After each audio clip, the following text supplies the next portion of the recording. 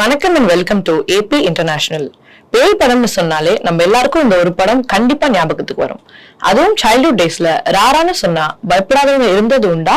Let's get into the show. இந்த வீடியோல டைட்டிலுக்கு ஏத்த மாதிரி சர்ப்ரைசிங்கான விஷயங்கள் நிறைய இருக்கு. சோ ஸ்கிப் பண்ணாம பாருங்க.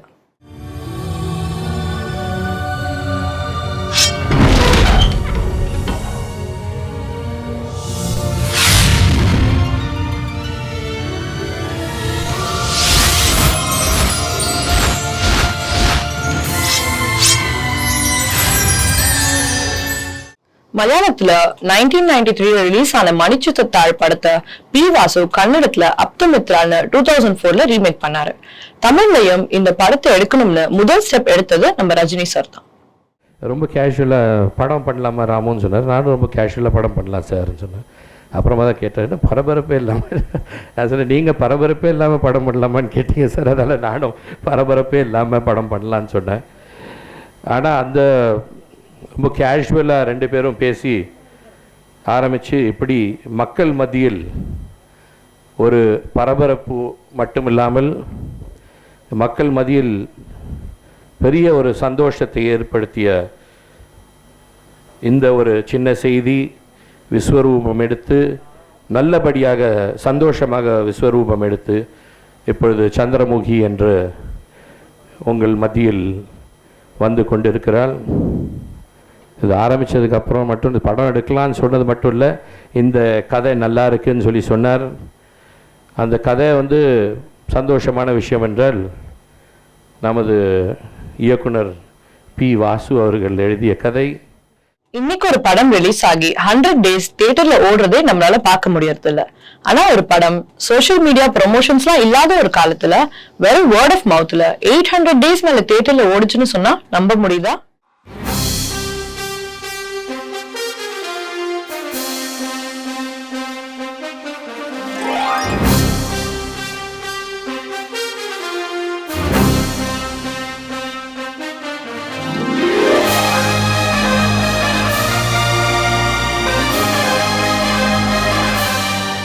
இப்படி நம்ம லைஃப்லயும் நம்ம மனசுலயும் ஒரு பெரிய இடத்தை பிடிச்ச படம்.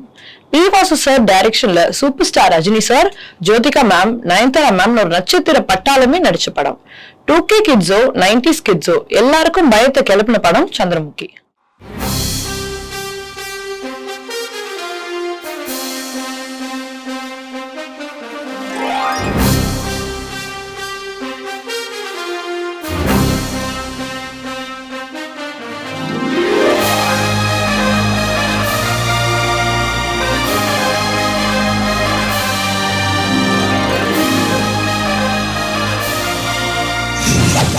சரி, சர்ப்ரைஸ் இருக்குன்னு சொல்லிதானே வீடியோவை ஆரம்பிச்சேன்.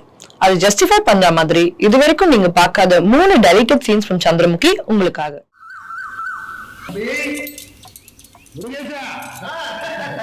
என்ன தோட்டக்காரர் என்ன அகிலாண்டேஸ்வரி அம்மாவோட கோயிலுக்கு போயிட்டு வரலான்னு இருக்கேன். எங்க அக்கா கரான போயிட்டு வாங்க.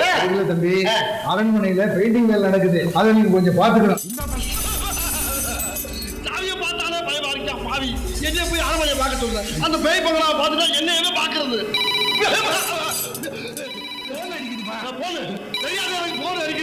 தோட்டக்கார ஹலோ, யார் பேசுறது? யார் பேசுறது? என்ன பேசுறது? கேட்கும், எனக்கு கேக்குது. உனக்கு கேட்கல, நீ எடுத்து பேசு. ஹலோ, அந்த பாலா போன வீட்டுல ஒரு மனுஷனுக்கு நிம்மதி இருக்கா? அந்த டாக்டர் தந்தை என் பொண்டாட்டியை காப்பாத்துறதா இல்ல அந்த சந்திரமட்டு வந்து என்னைய காப்பாத்திக்கிறான்னு தெரியலையே. இவ்வளவு சிரமத்துக்கு மத்தியில ஒரு மனுஷனுக்கு சபலம் இருக்கலாம், சந்து வந்திருக்கலாம். ஏதோ ஒரு கேப்ல அந்த வேலைக்காரிய கரைப்பெல்லாம் பார்த்தா அந்த நேரம் அதே சத்தம் அதே சத்தம் அதே டர் அதே புரு. வந்தாச்சா வந்தாச்சா வந்தாச்சா வந்தாச்சா. ஐயா சரவணா, வீட்டுல உன் தொல்லை தாங்காமத்தான் இங்க வந்தேன். இங்கேயும் வந்துருச்சியா? ஆமா, நான் பேசின பூரா கேட்டியா? ஐயா, நான் உன்னை மனசார எதுவும் திட்டல ஐயா. வாயளவுதான் பேசுறேன், அதை பெருசா நடத்திட்டு பழி வாங்கிறாத ஐயா. உன் தொல்லையெல்லாம் தீர்ந்து நீ நிம்மதியா இருக்கணும். நான் கூப்பிட்ட இடத்துக்கு நீ வரணும். எங்க வர வர வர வர வர வர வர்றேன்னு சொன்னா போதும், சங்கீதம் பாடப்படாது. வர்றேன் அது மாப்பிள. ஐயோ என்ன மாப்பிள்ளைன்றீங்களே. சரி மாப்பு, அங்க நான் சொன்ன மாதிரி அந்த வீட்டுக்குள்ள வரமாட்டேன். நீங்க வீட்டை பார்த்துட்டு அதே மாதிரி ஊருக்கு போயிடும். பேச்சு மாறப்படாது. சரி சரி சரி சரி சரி சரி சரின்னு சொன்னா போதும், சங்கீதம் பாடப்படாது. சரி அதான் அது. எவ்வளவு பெரிய கோடீஸ்வரர் இவ்வளவு சிம்பிளா சைக்கிள் வராரு பாரு. பாத்தீங்களா மாப்பு, முனியேசன் செல்வாக்கு நம்மள பார்த்தவங்க வணக்கத்தை அள்ளி எரிராஜ பாருங்க. முருகேஷா, ஒரு கதை சொல்லிட்டா. ஒரு ஊர்ல மலையே வரலையா. மலை வரணுறதுக்காக சாமியை கழுத மேல உட்கார வச்சு ஊர்வலமா கொண்டு போனாங்க. தெருவுல இருக்கவங்க எல்லாம் சாமியை பார்த்து கும்பிட்டாங்க. கழுத தன்னதான் கும்பிடுறாங்க சொல்லி சந்தோஷமா போச்சா. ஒரு நாள் சாமி இல்லாம கழுதைய போகும்போது யாருமே கும்பிடலையா. அப்போதான் கழுதைக்கு புரிஞ்சுதா, ஓஹோ இவங்க எல்லாம் கும்பிட்டது நமக்கு இல்ல சாமிக்குன்னு. பாப்பு, இனிமேல் அனுமதி இல்லாம எந்த கதையும் எனக்கு சொல்லக்கூடாது. சரி சரி சரி சரி சரி சரி சரி. கழுத கதை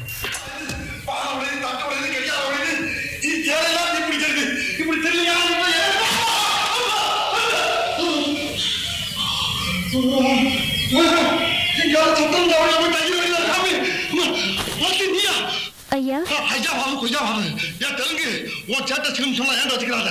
அங்க வச்சுக்க, எனக்கு தெலுங்கு தெரியும். வேட்டக்காரருக்கு வேட்டக்காரு, மோசக்காரருக்கு மோசக்காரு, ராமுடு பீமுடு கம்முடு உண்டு. பார்க்காத அப்படி பார்க்காத.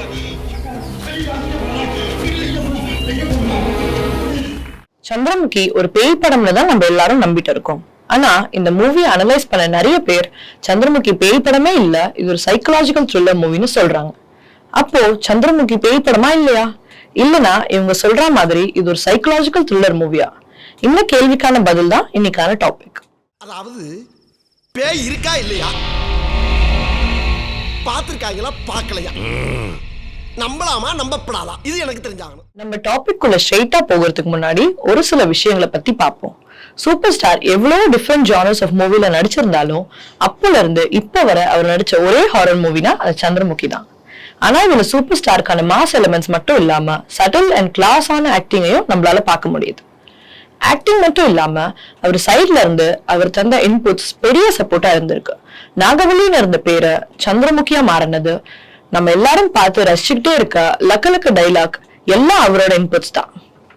சந்திரமுகியில நிறைய பெரிய ஆக்டர்ஸ் நடிச்சிருந்தாலும் அதில் ரொம்பவே பேசப்பட்டது ஜோதிகாவோட கங்கா கேரக்டர் தான். இந்த ரோலுக்கு ஃபர்ஸ்ட் சாய்ஸா சௌந்தர்யா மேம் தான் இருந்தாங்க. சில அன்அவாய்டபிள் சிச்சுவேஷன்ஸால இந்த ரோல் சிம்ரன் மேம், ஐஸ்வர்யா ராய்னு இத்தனை பேர் கடந்து கடைசியில ஜோதிகா மேம்க்கு வந்தது. அதென்ன இன்னைக்கே நகை வாங்க நாளைக்கு ரொம்ப நல்ல நாளா, அதனால தான் இன்னைக்கு போறோம். நான் வரல.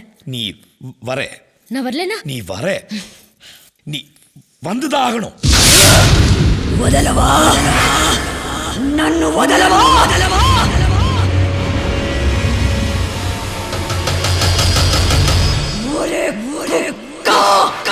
ఎంత ధైర్యం ఉంటే నా ముందే నిలిచి నాకే చెప్తావు వాణ్ణి చంపి కాల్చి బూడిదగా చేసి నా పగ తీర్చుకోకపోతే నా పేరు చంద్రముఖి కాదురా గంగా. ஜோதிகா தான் கங்கா ரோல் பண்ண போறாங்கன்னு முடிவானதுக்கு அப்புறம் இந்த ரோலுக்கு ஜோ செட் ஆவாங்களான்னு ஒரு டவுட் நம்ம ரஜினி சாருக்கு இருந்துச்சு. இந்த படத்தை பொறுத்த வரைக்கும் ஜோதிகா ஏன் நடிச்சதுன்னு ஒரு 10 ரீல் கேட்பாங்க. மற்ற படங்களோட கம்பேர் பண்ணோம், இதுக்கு ஜோதிகா தேவையா அந்த படம் அப்படின்ற ஃபீலிங்கோடு இருந்து அந்த லாஸ்ட்டு 4 ரீல்ஸில் இந்த ஜோதிகா இந்த 10 ரீலில் இல்லாத ஜோதிகாவை காட்டக்கூடிய அளவுக்கு மொத்தத்தில் நான் நம்பினது ஜோதிகா பெர்ஃபார்மன்ஸை வந்து ரொம்ப சாஃப்டாக பண்ண வச்சதும் ஜோதிகாவோட கண்ணும் தான். அதுதான் இந்த படத்துடைய பெரிய plus point. Now coming back to the topic, உலகமே சந்திரமுகி ஒரு பேய் படம்னு நம்பி இன்னைக்கு வரைக்கும் பார்த்துட்டு இருக்கு.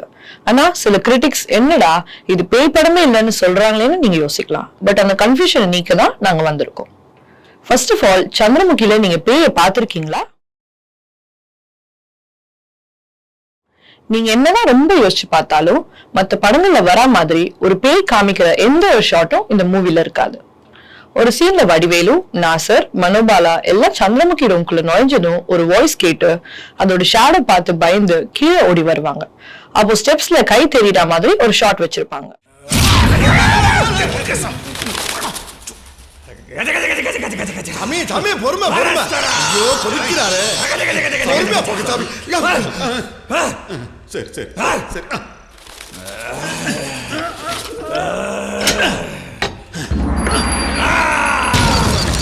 என்ன இவனை நம்பி உள்ள வரணும் திரும்பி வருவோமா?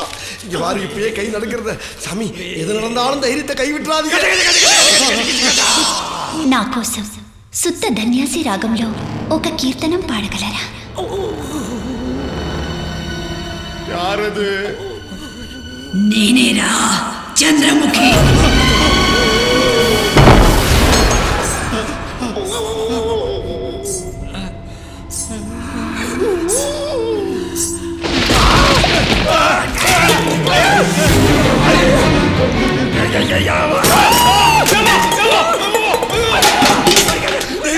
காப்பாத்து. எழுப்பு பையன் சும்மா கிடந்து எல்லாம் கிளப்பி விட்டாரு.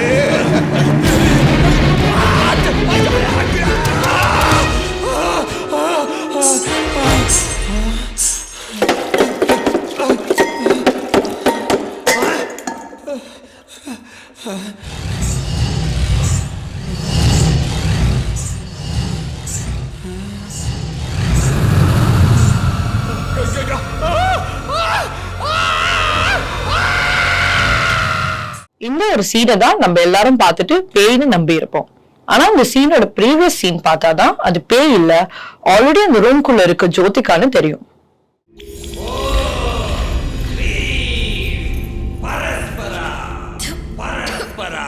ஓம் க்ரீம் பச்சக் பச்சக் பச்சக் மாலி சுனி கோரி.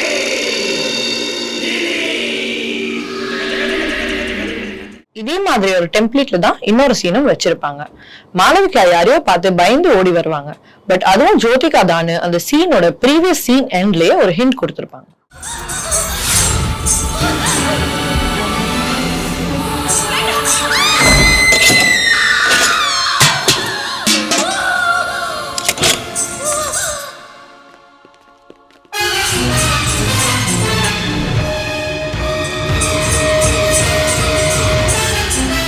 இதுக்குள்ள இருந்துதான் சத்தம் வருது. இந்த ரூம்குள்ளயா? இந்த ரூம்குள்ள கதவு சாத்தினா மூச்சு முட்டி செத்துருவாங்களே. சரி வா. 1 2 3.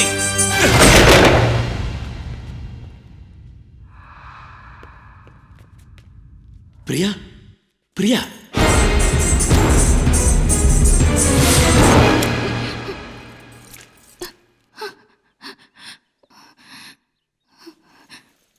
பிரியா, என்னமாச்சு? நான் மாடிக்கு போனேன். அங்கே யாரும் என்னை பிடிக்க வர மாதிரி இருந்தது. நான் பயந்து ஓட ஆரம்பிச்சதும் அது என்னை துரத்துச்சு. பயத்தில் நான் கடைசி ரூம்குள்ளே போய் ஒளிஞ்சேன். அங்கே யாரும் அந்த கதவை சாத்தி போட்டுட்டு போயிட்டாங்க. அது யாருன்னு எனக்கு தெரியல. நீ எதுக்குமா மாடிக்கு போன? கங்காவை தேடி போனேன்ப்பா. கங்கா மாடிலாம் இருக்கான்னு உனக்கு யாருமா சொன்னா? துர்கா. துர்காவா? நான் குளிக்க போனதை துர்கா பார்த்தாளே. எதுக்காக அப்படி சொன்னா?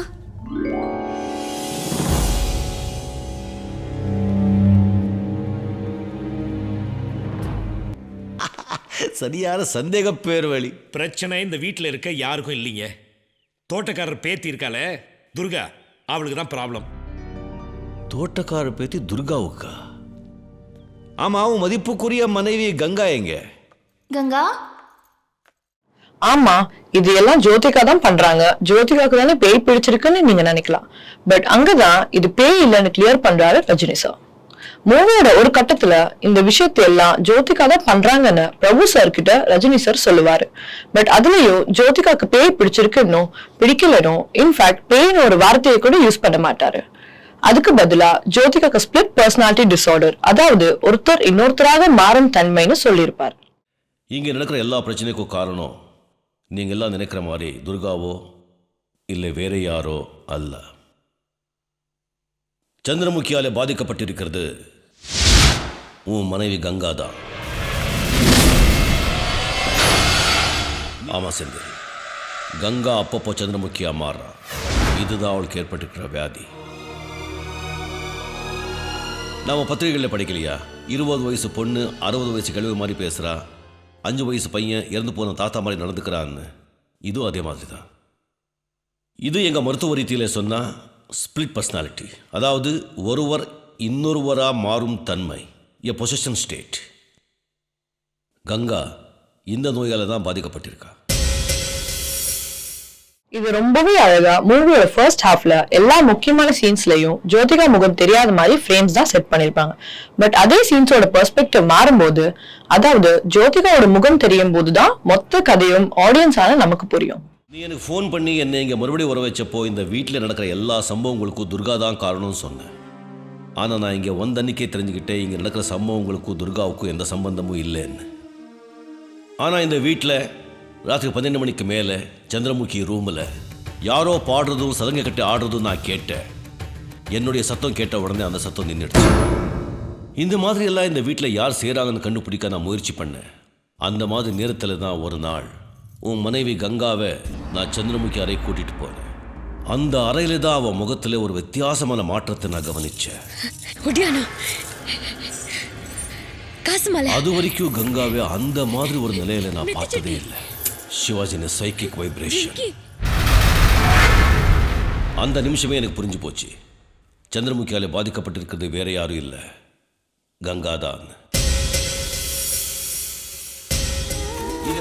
ஒடியானம், காசு மாலை, நெத்தி சுட்டி. எனக்கா எனக்கா எனக்கா okay cool down. Fish tank விழுந்த அன்னைக்கு உனக்கு என்ன ஆச்சோன்னு வீட்டில் எல்லாருமே பதட்டமாக இருக்கும்போது எந்த விதமான பதட்டமும் இல்லாமல் அமைதியாக வந்த கங்காவை நான் பார்த்தேன். அந்த ஒரு நிமிஷம் கங்கா சந்திரமுகியாக மாறினதை நான் உணர்ந்தேன். அவளை சுயநினைவுக்கு கொண்டு வரத்தா காஃபியில் விஷம் கலந்ததும் கங்காதான், ஃபிஷ் டேங்க் தள்ளி உன்னை கொல்ல பார்த்ததும் கங்காதான். இன்னும் இது உங்களுக்கு புரியலனா இதே சீன்ல ஜோதிகாவோட பிளாஷ்பேக் ரஜினி சொல்லும் போது உங்களுக்கு இன்னும் கிளியரா அண்டர்ஸ்டாண்ட் ஆகும். எப்பவும் குறும்புத்தனமா இருக்கிற கங்காவுக்கு இது எப்படி ஏற்பட்டுச்சுன்னு கண்டுபிடிக்கத்தான் உங்க சின்ன மாமாவை கூட்டிக்கிட்டு அவ பிறந்த ஊரான ஏலூருக்கு போனேன். நமக்கெல்லாம் கங்காவோட சந்தோஷமான ஒரு பக்கம் தான் தெரியும், அவளுடைய இன்னொரு பக்கம், அதாவது சின்ன வயசுல அவள் அனுபவிச்ச கொடுமைகள் அவள் ஊருக்கு போன பிறதான் நான் தெரிஞ்சுக்கிட்டேன். கங்காவோட அப்பா ஒரு தாழ்ந்த ஜாதி பொண்ணை கல்யாணம் பண்ணிக்கிட்டாரு. அதனால அவரோட ஜாதிகாரங்க அவரை ஊரை விட்டே தள்ளி வச்சுட்டாங்க. கங்காவோட அப்பா இறந்து போன பிறகு அந்த பணத்தை கூட ஊருக்குள்ளே எரிக்க அந்த ஊர் ஜனங்க விடலை. ஊர் ஜனங்க ஒவ்வொருத்தருடைய காலை விழுந்து மன்னிப்பு கேட்டாதான் அந்த பணத்தை எரிக்க விடுவோன்னு பஞ்சாயத்தில் சொன்னதுனால வேற வழி இல்லாமல் கங்காவோட அம்மா அந்த தண்டனையை ஏற்றுக்கிட்டாங்க. அந்த அவமானத்தில் அவங்க சத்தும் போயிட்டாங்க. இறந்து போன அந்த 2 பேர் உடலையும் கங்கா முன்னாலே அந்த ஊருக்காரங்க பெட்ரோல் ஊற்றி அங்கேயே எரிச்சிட்டாங்க. கண்ணு முன்னாலேயே தன் தாய் தந்தை கிடந்த கொடுமையை பார்த்த கங்கா கோபத்தில் ஆவேசமாக பண்ணையாரை தாக்கி மயக்கம் அடைஞ்சா. இதுதான் அவளுக்கு ஏற்பட்ட முதல் பாதிப்பு, ஃபர்ஸ்ட் சைக்கிக் டிசார்டர். சின்ன வயசுலேயே பெற்றவங்களை இழந்த கங்காவை அவளுடைய பாட்டி தன் வீட்டுக்கு கூட்டிகிட்டு போயிட்டாங்க. தாய் தந்தையை இழந்த கங்கா பாட்டி சொன்ன பழைய கதையெல்லாம் கேட்டுதான் வளர்ந்தா. அவள் எந்த கதையை கேட்டாலும் அந்த கதையில் வர்ற கதாபாத்திரமாகவே தன்னை நினச்சிக்கிற மனோபாவம் அவளுக்கு அந்த சின்ன வயசுலேயே இருந்ததுன்னு நான் அங்கே போன பிறகு விசாரித்து தெரிஞ்சுக்கிட்டேன். கங்கா 10ஆம் கிளாஸ் படிச்சுட்டு இருக்கும்போது அவள் பாட்டிக்கு உடம்பு சரியில்லாமல் போச்சு. பாட்டி பற்றியே நினச்சிட்டு இருந்த கங்கா பரீட்சைக்கு படிக்காமல் தூக்கம் இல்லாமல் ராத்திரியெல்லாம் நடக்க ஆரம்பித்தா. மறுநாள் ஸ்கூலில் எக்ஸாம் எழுதாமல் ஆன்சர் ஷீட்டை தூக்கி போட்டு ஒரு பைத்தியக்காரை மாதிரி ஓடின கங்காவை இன்னும் மறக்கலைன்னு அந்த கிளாஸ் டீச்சர் என்கிட்ட சொன்னாங்க. அவளுடைய உடம்புக்குள்ளே இப்படி ஒரு பிரச்சனை இருக்குங்கிறது தெரியாமல் அதை குணப்படுத்தாமலே அவளுடைய பாட்டி அவளை விட்டுட்டாங்க. பாட்டி இறந்த பிறகு கங்கா தன்னுடைய தனிமையிலேருந்து தன்னை காப்பாற்றிக்க குறும்புத்தனமாக மாறினான். சின்ன வயசுல அவள் கேட்ட அந்த பழைய கதைகள், அந்த கதாபாத்திரங்கள் அவள் மனசில் ஆழமாக பதிஞ்சிருந்தனால்தான் இந்த அரண்மனையை வாங்க உன்னை வற்புறுத்துறான். கங்காவோட குறும்புத்தனமான அந்த குணம்தான் அவள் சந்திரமுகி அறைக்கு போகிறதுக்கு தூண்டுதலாக இருந்துச்சு. அவளுடைய பிறவி பலகீனம்தான் சந்திரமுகி கங்காவை அடையிறதுக்கு காரணமாக இருந்துச்சு. கங்கா சந்திரமுகி ரூமுக்கு போனா, கங்கா சந்திரமுகியா நின்னா, கங்கா சந்திரமுகியா தன்னை நினைச்சுக்கிட்டா, கங்கா சந்திரமுகியா மாறினா. இப்படிதான் சந்திரமுகி கங்காவை அடைஞ்சா. இப்போ உங்களுக்கே சந்திரமுகி பேய் படமா இல்லையான டவுட் வர ஸ்டார்ட் ஆகுதா? பட் அவ்வளவு சீக்கிரம் ஒரு முடிவுக்கு வந்துடாதீங்க. இன்னும் ஒரு சில சீன்ஸை நீங்க பார்க்க வேண்டியது இருக்கு. அதையும் பார்த்துட்டு ஃபைனலா நம்ம ஒரு முடிவுக்கு வருவோம். Here we go. சலங்கையை கட்டிக்கிட்டு பேய் மாதிரி ஒரு உருவம் ஓடுறத பார்த்துருக்கா, அதான் பயந்து நடுங்கிக்கிட்டு இருக்கா ஐயா. பேய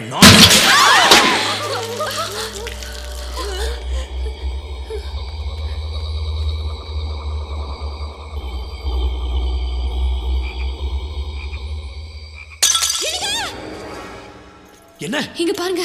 எப்படி இதெல்லாம் உடைஞ்சு? எல்லாம் தன்னால விழுந்து உடைஞ்சிருச்சுங்க. தன்னாலயா?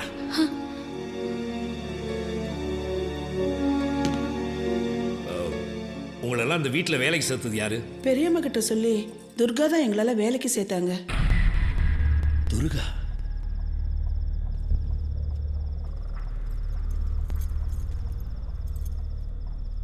இது பாருங்க, இந்த பேய் பிசாசு அதெல்லாம் வெறும் கட்டுக்காது.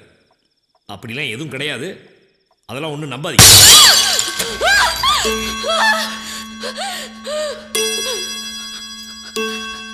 மற்ற விஷயங்களுக்கெல்லாம் காரணமா ஜோதிகா இருந்தாலும் இந்த ஒரு சீன்ல ஜோதிகா இருக்கும்போது இருக்கிற பொருள் எல்லாம் தானா உடையும். அப்போ இது கண்டிப்பா ஜோதிகாவால பண்ணிருக்க முடியாது. அப்ப வேற யாரும் இருக்கும்? ஒருவேளை அந்த பாம்பா இருக்குமோ? அது என்னன்னு இந்த சீனை பார்த்துட்டு வாங்க, இன்னும் கிளியரா புரியும். நானும் பாதிக்கப்பட்ட எத்தனையோ பேரை சரி பண்ணிருக்கேன். ஆனா இப்படி ஒரு கேஸை என் வாழ்க்கையிலேயே பார்த்ததில்ல. உங்க உயிரை சந்திரமுகி கிட்ட இருந்து எப்படி காப்பாத்திக்க போறீங்கன்னு தான் தெரியல. நினைச்சாலே பயமா இருக்கு. கங்கா கிட்டே இருந்து சந்திரமுகியை பிரிக்க மனோதத்துவ ரீதியாக என்னால் முடியும். ஆனால் சந்திரமுகியை முழுமையாக அளிக்கிற சக்தி உங்கள் பூஜையில் தான் இருக்கு. தயவு செஞ்சு கங்காவுக்காக நீங்கள் பூஜை செய்யணும். நிச்சயம் செய்கிறேன். இன்னைக்கு துர்காஷ்டமி. சந்திரமுகி ராஜாவை பழி தீர்க்க போகிற நாள். சந்திரமுகியோட லட்சியம் நிறைவேற போகிற நாள். கங்காவை உன் மனைவியா முழுசா உன்கிட்ட ஒப்படைக்க போற நாள்.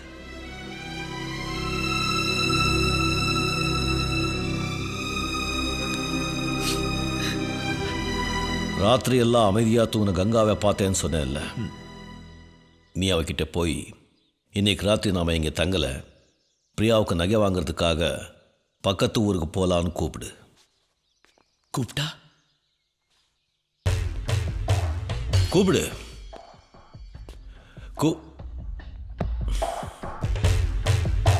கூப்பிட்டு பார். இந்த ஒரு சீன்ல தான் நம்மளோட பல கேள்விகளுக்கான பதில் இருக்கு. குறிப்பா இப்ப நம்ம பார்த்த சீன்லயே கவனிச்சிருப்பீங்க, ரஜினி சார் என்னோட மனோ தத்துவத்தால கங்காவை சந்திரமுகி கிட்ட இருந்து பிரிக்க முடியும், ஆனா அந்த சந்திரமுகியை முழுமையா அழிக்கிறது உங்க பூஜையில தான் இருக்கு அப்படின்னு சொல்லுவாரு. இன்னொரு விஷயம், இந்த ராமச்சந்திர சுவாமிகளை பத்தி பேசும்போதுதான் அவரோட ஒரு டெலிட்டட் சீன் ஞாபகத்து வருது. அதுவும் இதோ உங்களுக்காக. தம்பி, நீங்க ஜாகிரதையா இருக்கணும். நான் கோவிலுக்கு போய் பிரசன்னம் வச்சு பார்த்தேன். அதுல ஆபத்து உங்களுக்கு தான் தெரிஞ்சது.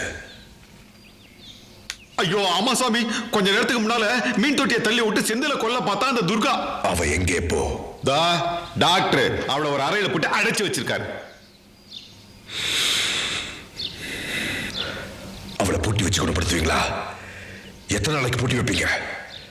அவளை வெளியே விட்டு தான் குணப்படுத்த முடியும். ஐயா சொல்றேன்ல, இந்த வேலைக்கெல்லாம் டாக்டர் லாய்க்கல. நாங்க சாமி சொல்றதை தான் கேட்போம். ஆமாங்க தம்பி, சாமி சொல்றதே கேளுங்க தம்பி. என் ஃப்ரெண்ட் அதுக்காக தான் கூட்டிட்டு வந்திருக்கேன். அவர் சொல்றதான் நான் கேட்பேன். என்ன செஞ்சு புரியாம பேசுறேன்? சாமியால தான் முடியும், டாக்டரால முடியாது. என்ன மாமா நீ பாட்டுக்கு ஏதா பேசு.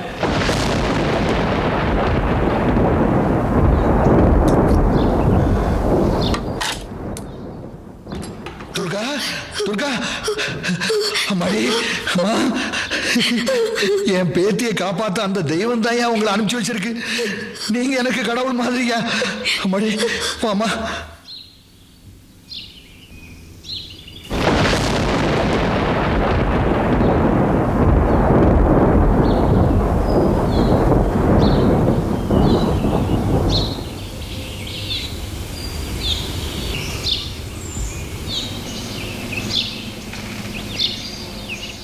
இப்போ இது பேய் படமா இல்லையான்னு நீங்க நினைக்கலாம். இந்த கேள்விக்கு கண்டிப்பா பதில் கிடைக்கும். அதுக்கு ஃபர்ஸ்ட் உங்களுக்கு இந்த சாமியார் சொல்ற சந்திரமுகியோட பேக் ஸ்டோரி தெரிஞ்சிருக்கணும். சாமி, இவர் தான் என் மாமா மகன் செந்தில்நாதன். வேட்டை ஒரு அரண்மனையை இவர் தான் வாங்கியிருக்காரு. சாமி, அந்த அரண்மனை பத்தி சொன்னாலே எல்லாருமே பயப்படுறாங்க. அப்படி அங்க என்னதான் இருக்கு, என்ன நடந்தது? சுமார் 100-150 வருஷத்துக்கு முன்னாடி அந்த அரண்மனையில வேட்டையா ராஜா வாழ்ந்தார். அவர் வரும்போது ஒரு விதமான சத்தம் போட்டுக்கிட்டு தான் வருவார். தான் நினைச்சதை அடைய எது வேணும்னாலும் செய்யக்கூடிய ஒரு கொடூரமான ஆள். அவர் ஒரு முறை ஆந்திராவில் விஜயநகரங்க ஊருக்கு போயிருந்தப்போ அங்கே சந்திரமுகியின் ஒரு நாட்டியக்காரியின் நாட்டியத்தை பார்த்து அவள் அழகில் மயங்கி அவளை தன்னுடைய ஆசநாயகியாக ஆக்கிக்கணும்னு ஆசைப்பட்டார். ஆனால் சந்திரமுகி அதுக்கு சம்மதிக்கலை. ஏன்னா அவளுக்கு ஏற்கனவே குணசேகரன் ஒரு நாட்டியக்காரன் காதலனாக இருந்தான். அது தெரிஞ்சும் சந்திரமுகியோட விருப்பத்தை மீறி ராஜா அவளை வலுக்கட்டாயமாக தூக்கிட்டு வந்துட்டார். சந்திரமுகியோ ராஜாவுக்கு தெரியாம அந்த குணசேகரனை அரண்மனைக்கு பின்னால் இருக்கிற வீட்டில் தங்க வச்சு அவனை அடிக்கடி சந்திச்சுக்கிட்டே இருந்தான். இதை எப்படியோ தெரிஞ்சுக்கிட்ட ராஜா ஒரு துர்காஷ்டமி அன்னைக்கு அரண்மனையில் இருக்கிற மணிமண்டபத்தில் சந்திரமுகி கண் முன்னாடியே அந்த குணசேகரனை வெட்டிட்டு சந்திரமுகியும் உயிரோட தீ வச்சு எரிச்சுட்டார். ஒரு தப்பும் செய்யாம அகால மரணம் அடைஞ்ச சந்திரமுகி ராஜாவை பழிவாங்க ஆவியா அலைஞ்சா. இதை தெரிஞ்சுக்கிட்ட ராஜா தேசத்தில் இருக்கிற அத்தனை மந்திரவாதிகளையும் கூட்டிகிட்டு வந்து 60 நாள் பூஜை செஞ்சு சந்திரமுகி அத்தியை ஒரு பானையில் போட்டு கடபந்தனம் செஞ்சிட்டார். அதை அரண்மனையில் தெற்கே இருக்கிற ஒரு அறைக்குள்ள பூட்டி வச்சுட்டார். கொஞ்ச நாள்லேயே ராஜாவும் காலமாயிட்டார். ஆனால் இன்னும் அந்த சந்திரமுகியோட ஆவி ராஜாவை பழிவாங்க அந்த அறைக்குள்ளேயே காத்துக்கிட்டு இருக்கிறதாகவும் அதே அறைக்குள்ள ஒரு பெரிய ராஜநாகம் இருக்கிறதாகவும் அந்த காலத்திலிருந்து சொல்கிறாங்க. இதில் எது உண்மை எது பொய்ன்னு யாராலையும் சரியா சொல்ல முடியாது. அந்த கோவில் பூசாரி சொன்ன அஸ்தி ஒரு சீன்ல ஜோதிகா சந்திரமுகி ரூமை கிளீன் பண்ணிட்டு இருக்கும்போது அது தவறி ஜோதிகா மேல விழுந்துடும். அதுல இருந்துதான் இந்த வீட்டுல எல்லா சஸ்பெக்டபிள் இன்சிடென்ட்ஸும் நடக்க ஸ்டார்ட் ஆகும். அதாவது சிம்பிளா சொல்லணும்னா அந்த இன்சிடென்ட்ல இருந்துதான் கங்கா சந்திரமுகியா மாறினா. கங்காவை பயன்படுத்தி சந்திரமுகி தன் கோவத்தை தீர்த்துக்கிட்டா. எஸ், சந்திரமுகி ஒரு பேய் படம் தான். இந்த டெலிட்டட் சீன்ஸ் பார்த்தீங்கன்னா உங்களுக்கே தெரியும். இந்த சாமியாரோட திமிரை பாத்தீங்களா? நம்ம வீட்டுக்குள்ள வந்து நமக்கே கண்டிஷன் போடுறாரு.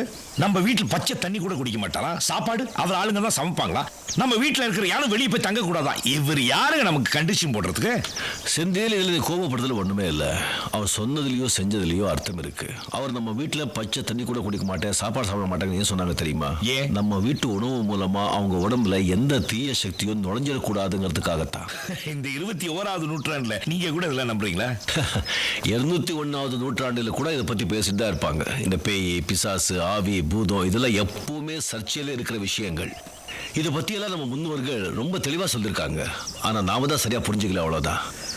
எந்த ஒரு விஷயம் ஆகட்டும் இல்லை வதந்தி ஆகட்டும், அதில் கொஞ்சம் கூட உண்மை இல்லைன்னா அது ரொம்ப நாளைக்கு நிலைக்காது. இந்த பேய், பிசாசு, ஆவி, பூதம் எல்லாம் இருக்குன்னு 1000 வருஷங்களாக எல்லா மதங்களும் சொல்லும்போது நம்ம இல்லைன்னு சொன்னால் அது முட்டாள்தனம். ஒன்று மட்டும் நல்லா தெரிஞ்சுக்கோ செந்தில், எங்கே நல்லவங்க இருப்பாங்களோ அங்கே நிச்சயமாக கெட்டவங்களும் இருப்பாங்க. எங்கே நல்ல சக்தி இருக்கோ அங்கேயே கெட்ட சக்தியும் இருக்கும். எங்கே நல்ல வைப்ரேஷன்ஸ் இருக்கோ அங்கேயே கெட்ட வைப்ரேஷன்ஸும் இருக்கும். இதுதான் இயற்கையின் நியதி. எங்கே ஏது நிறையா இருக்குங்கிறது தான் முக்கியம். இப்போ நீ வாங்கியிருக்க அந்த வீட்டில் தீய சக்திகள், பேட் வைப்ரேஷன்ஸ் நிறைய இருக்கு. அதை இந்த சரவணா தீர்த்து வைக்கிறானா இல்லை அந்த ராமச்சந்திர ஆச்சாரியர் தீர்த்து வைக்கிறாரா அது முக்கியம் இல்லை. பிரச்சனை தீரணும், அதுதான் முக்கியம். அவர் வீட்டுக்கு வந்த உடனே உங்க எல்லாரையும் விட்டுட்டு என்னை மட்டும் பார்த்து நீ யாருன்னு கேட்டார் இல்லை, அப்பவே தெரிஞ்சுக்கிட்டே அவர்கிட்ட சக்தி இருக்கு. அவர்கிட்ட சக்தி இருக்கோ இல்லையோ நிச்சயம் உங்ககிட்ட இருக்கு. இந்த ஸ்டோரி லைன் சயின்ஸுக்கும் சூப்பர் நேச்சுரலுக்கும் பேலன்ஸ்டான லைன்ல டிராவல் ஆனாலும் ரொம்ப கிளியரா ஒரு சில சீன்ஸ்ல சிம்பிள் லாஜிக்ஸோட இது பேய் படம் தான்னு உறுதிப்படுத்திருப்பாங்க. ஃபார் எக்ஸாம்பிள், ப்ரீவியஸா நம்ம பார்த்த சீன்ஸ்லயும் ஜோதிகா சந்திரமுகியா மாறினாலும் அவங்களால எப்படி தெலுங்குல பேச முடியும்? அதுவும் இல்லாம மூவி ஸ்டார்டிங்ல 4 பேர் சேர்ந்து தூக்கிட்டு வந்த பெட்ட எப்படி இவங்க தனியால தூக்க முடியும்? ஒரு சாதாரண மனுஷனுக்கு இது சாத்தியமே கிடையாது. நான் தான் வேட்டையன், வேட்டையன். ஆமா, நான் தான். తలుపుతీరా తలుపుతీ ఒరే కుక్క, నీకు ఎంత ధైర్యం ఉంటే మళ్ళీ ఇక్కడికి వస్తావు? చంద్రముఖి, உனக்கு என்ன வேணும்? నాకు నువ్వే కావాలరా. నిన్ను చంపేయాలి. నిన్ను చంపేంత వరకు నేను వదలనురా.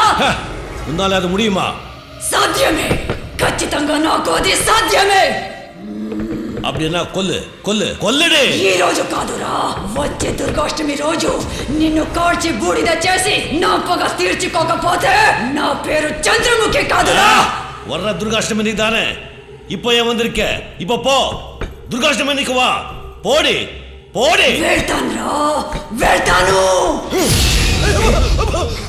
இந்த மாதிரி நிறைய விஷயங்கள் படத்தை முதல் தடவை பார்க்கும்போது நம்மளால கவனிக்க முடியலனாலும் ஒன்ஸ் அகேன் ரீவாட்ச் பண்ணும்போது நிறைய விஷயங்கள் ரொம்பவே புதுசா இருக்கும்.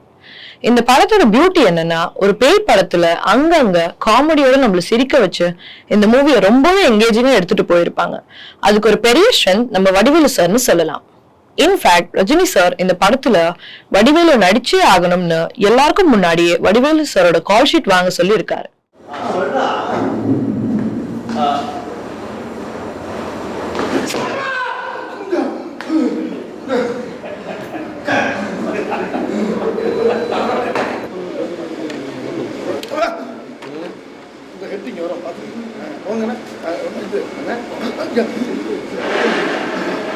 ஆஹா, நலக்காரி பாசாவது என்னைக்காவது ஒரு நாள் உன்னை கோழி அமுக்கிற மாதிரி அமுக்காம விட மாட்டேன். சொல்லிட்டுமா உங்க பொண்டாட்டிக்கிட்ட? மனசுல நினைச்ச சொல்லிட்டுமா பொண்டாட்டிக்கிட்ட? ராஜா ஒண்ணு கிளம்புறதுக்கு முன்னாடி ஒரு சின்ன வார்த்தை சொல்லிட்டு போயிடுறேன். ராஜா அண்ணாத்தலா தளபதி படையப்பா மன்னாதி மன்னா தானே மன்னா மன்னா நீ கிளம்புப்பா. ஆக்ஷன். சட்டை போட்டுதான், சட்டை வெளிப்பக்கத்தில் உள்ள வச்சு உள்பக்கத்தில் வெளியே வச்சு, இதுக்கு பேர் லேட்டஸ்ட். இவன் அவங்க சட்டை என் பைசா என் டப்பு, நான் வாங்க சட்டையை கிழிச்சு போடுவேன், உள்டா போடுவேன், எப்படியா போடுவேன், உனக்கு என்ன? ஐயோ சந்திரமுகி எவ்வளவு பெரிய சக்சஸ்னு நம்ம எல்லாருக்குமே தெரியும். ஆனா அந்த சக்சஸ் முன்னாடி செலிப்ரேட் பண்ணது நம்ம சூப்பர் ஸ்டார் தான். இதோ இந்த வீடியோ பாருங்க, உங்களுக்கே புரியும். நான் நினைச்சேன் படம் வேண்டாம், ரொம்ப கேப் கொடுத்தால பாபா சரியா போல, ஓஹோ அண்ணன் ஆடிட்டாரு, அசந்துட்டாரு. நான் யானை இல்லை குதிரை. யானை விழுந்தா எந்திரிக்கிறது ரொம்ப டைம் ஆகும், நான் குதிரை சக்கன்னு எந்திருக்கிறேன்.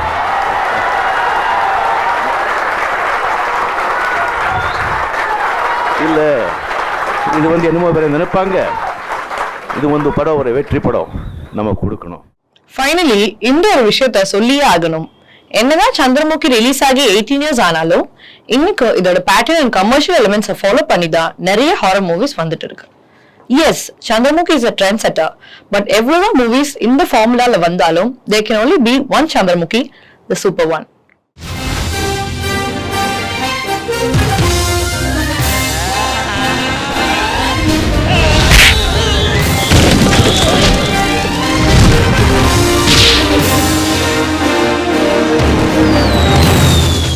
Chandramukhi audio launch, success meet, exclusive making video, deleted scenes, 4K scenes and songs in a பெரிய visual treat கான links எல்லாம் கீழே டிஸ்கிரிப்ஷன்ல இருக்கு.